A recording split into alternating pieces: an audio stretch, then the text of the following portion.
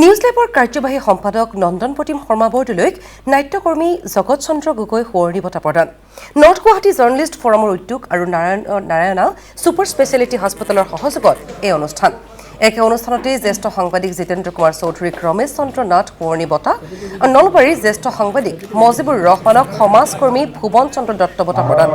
অনুষ্ঠানত কামৰূপ জিলাৰ আয়ুক্ত দেৱকুমাৰ মিশ্ৰ, মুখ্যমন্ত্ৰীৰ বিশেষ কৰ্তব্যৰত বিষয়া হেমন্ত চৌধুৰী, শিল্পী অঞ্জনজ্যোতি চৌধুৰীকে ধৰি বহুকেইগৰাকী বিশিষ্ট ব্যক্তি উপস্থিত থাকে।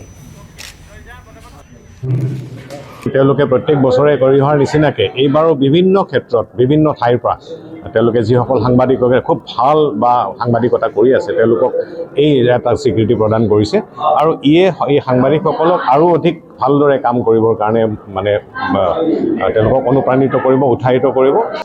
প্ৰয়াত চিত্ৰশিল্পী ৰমেশ চন্দ্ৰ নাথ সোঁৱৰণী বঁটা প্ৰদান কৰা হ'ল অসমৰ আগশাৰীৰ বাতৰি কাকত দৈনিক অসম কাকতৰ জ্যেষ্ঠ সাংবাদিক জিতেন্দ্ৰ চৌধুৰী ডাঙৰীয়া আৰু বিশিষ্ট নাট্যকৰ্মী জগত চন্দ্ৰ সোঁৱৰণী সাংবাদিক বঁটা প্ৰদান কৰা হ'ল জনপ্ৰিয় ছেটেলাইট চেনেল নিউজ লাইভৰ জ্যেষ্ঠ সাংবাদিক নন্দন প্ৰতিম শৰ্মা বৰদলৈ।